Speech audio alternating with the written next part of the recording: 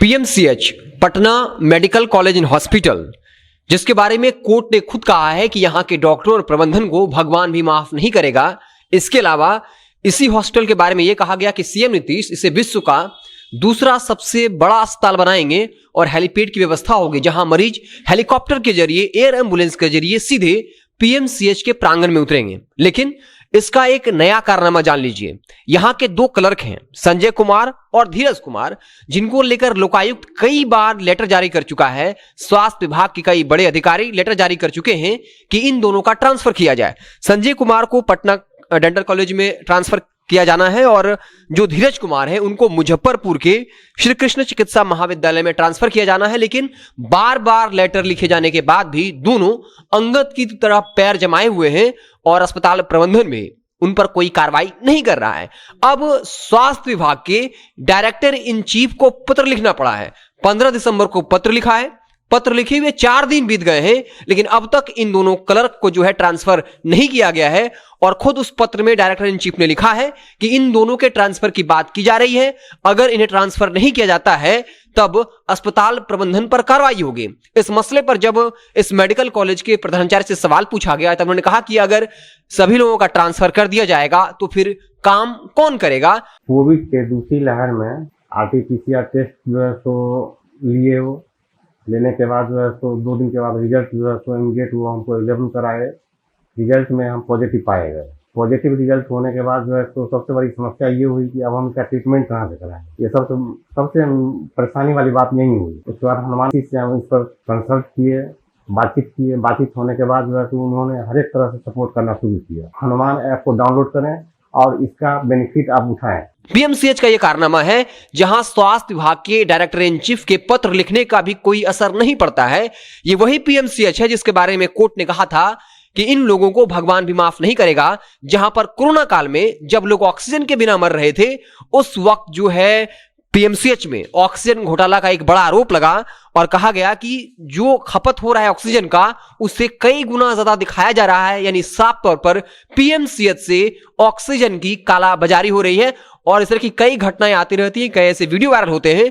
एक ऐसी खबर भी आई थी जहां एक बच्ची का मौत हो जाता है और बच्ची का मौत इसलिए होता है कि पीएमसीएच से उस बच्ची को आईजीएमएस में ट्रांसफर किया जाता है, जहां पर उस बच्ची को एम्बुलेंस नहीं मिलता है और टेक्नीशियन 50 रुपए की मांग करता है और वो जो है 50 रुपया नहीं देते हैं, जिसके बाद वो सिलेंडर का जो लिंक करने वाला मशीन होता है वो नहीं लगाता है और रास्ते में बच्ची की मौत हो जाती है। ऐसी कई घटनाएं हैं जो लगातार पीएमसीएच के करप्शन को उजागर करता रहता है। और यहाँ के जो प्यून हैं या फिर यहाँ के जो क्लर्क हैं वो इतने हिम्मत वाले हैं कि जब उनके ट्रांसफर की बात होती है, स्वास्थ्य विभाग के डायरेक्टर इन चीफ को पत्र लिखना पड़ता है, लेकिन पूरा अस्पताल प्रबंधन उसे बचाने में लग जाता है।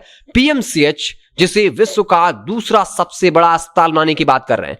आपको बता दें कि पिछले दिन हमने बताया था कि सीएम नीतीश ने हजारों करोड़ का मेडिकल इन्वेस्टमेंट किया है, कई जगह मेडिकल कॉलेज बनाने की बात की है और एक बात बड़ी प्रमुखता से रखी थी कि हर अस्पताल में लैंडलाइन लगाया जाए, यानी वहां से मरीज जो है फोन करके अधिकारियों से शिकायत कर सके। अब सवाल ये उठता है कि अगर पीएमसीएच की स्थिति है, पहले पीएमसीएच में लैंडलाइन क्यों नहीं लगाया जा रहा।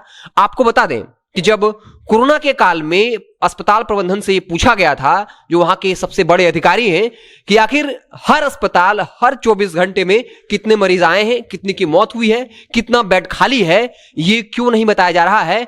तब पीएमसीएच के उस बड़े अधिकारी ने कहा कि हमारे यहां मैन पावर की कमी है, जबकि यह नियम होता है कि हर अस्पताल में एक नोडल अधिकारी होता है जो मीडिया को जानकारी देता है, जिसके जरिए लोगों को जानकारी मिलती है कि पीएमसीएच में कितना बेड खाली है, कितना भरा हुआ है। लेकिन पीएमसीएच के अधिकारी कहते हैं कि यहां कर्मचारियों की कमी है और वही सीएम नीतीश कहते हैं कि हमने स्वास्थ्य में काफी बेहतर काम किया है और फिर जंगल राज की याद दिलाते हैं, 2005 के पहले की बात याद दिलाते हैं। आप सोचिए, जब ये पीएमसीएच की स्थिति है तो और अस्पतालों की क्या स्थिति होगी।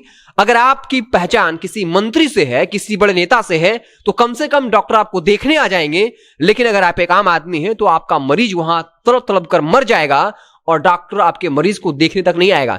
बता दें कि बेगूसराय से ही एक ऐसी खबर आई थी जिसने दिल दहला दिया था। एक मजदूर जिसके बिजली से कंधा के अलावा पीठ जो है और बायां पैर जल जाता है, 3 दिनों तक वो अस्पताल में रहता है, सिर्फ उसे दवाई दी जाती है, कोई भी सीनियर डॉक्टर उसे देखने नहीं आता है और फिर उस मिस्त्री की मौत हो जाती है। उसके परिजन ये आरोप लगाते हैं कि 3 दिनों के अंदर कोई भी सीनियर डॉक्टर उन्हें नहीं देखने आया, वो अपना फोन बेच चुका होता है ताकि वो जो वहां के स्टाफ है उनको पैसा दे सके, ताकि वो सीनियर डॉक्टर को कन्विंस करे कि वो आकर हमारे भाई को देख ले। लेकिन कई दिनों तक, 3 दिनों तक सीनियर डॉक्टर से देखने नहीं आते हैं, उसकी मौत हो जाती है। ऐसी कई कहानियां, कई ऐसे वीडियो वायरल होते हैं। लेकिन जो पीएमसीएच के कर्मचारी हैं उनके कानों पर जूं नहीं रेंग रही है। तो साफ तौर पे उनकी इतनी हिम्मत कैसे है कि जब कोई स्वास्थ्य विभाग का डायरेक्टर इन चीफ पत्र लिखता है कि 2 क्लर्क का ट्रांसफर किया जाए, और अगर ट्रांसफर नहीं किया जाता है तब अस्पताल प्रबंधन पर कार्रवाई होगी। लेकिन उस पत्र के लिखे जाने के 3-4 दिन बीत चुके हैं, लेकिन अब भी दोनों अंगद की तरह पैर गड़ाए हुए हैं, जो एक बड़ा सवाल खड़ा करता है नीतीश कुमार के इस वादे पर कि स्वास्थ्य के क्षेत्र में काफी बेहतर काम हुआ है। पीएमसीएच, जिसे विश्व का दूसरा सबसे बड़ा अस्पताल बनाने की बात की जा रही है, हजारों करोड़ का इन्वेस्टमेंट होने वाला है, जिसके बारे में कहा जा रहा है कि एयर एम्बुलेंस की व्यवस्था होगी, जहां जो हेलीकॉप्टर के जरिए जो है, एम्बुलेंस हवाई जहाज के जरिए जो है, लोग सीधे पीएमसीएच के प्रांगण में लैंड करेंगे। जब वहां पर 50 रुपए नहीं देने पर ऑक्सीजन का सिलेंडर सेट नहीं किया जाता, एक बच्चे की मौत हो जाती है। जहां पर पैसे नहीं देने पर कोई भी सीनियर डॉक्टर बिना पैरवी के देखने नहीं आते हैं और वहां पर जन की मौत हो जाती है। तो लगातार सीएम नीतीश के स्वास्थ्य व्यवस्था को जो दुरुस्त किया जा रहा है, इसको लेकर कई सवाल निशान खड़ा करता है। और कई जगह जो है मेडिकल कॉलेज बनने वाले हैं, कई दरभंगा में एम्स बनने वाला है। लेकिन अगर पीएमसीएच की स्थिति है तो फिर अन्य जगह जो अस्पताल बन रहे हैं उसकी क्या स्थिति होगी, यह हर किसी को पता है। आप देखते रहे जनता जंक्शन। जैसे ही कोई और बड़ी खबर आएगी तो हमसे आपको अपडेट करेंगे। बहुत बहुत धन्यवाद।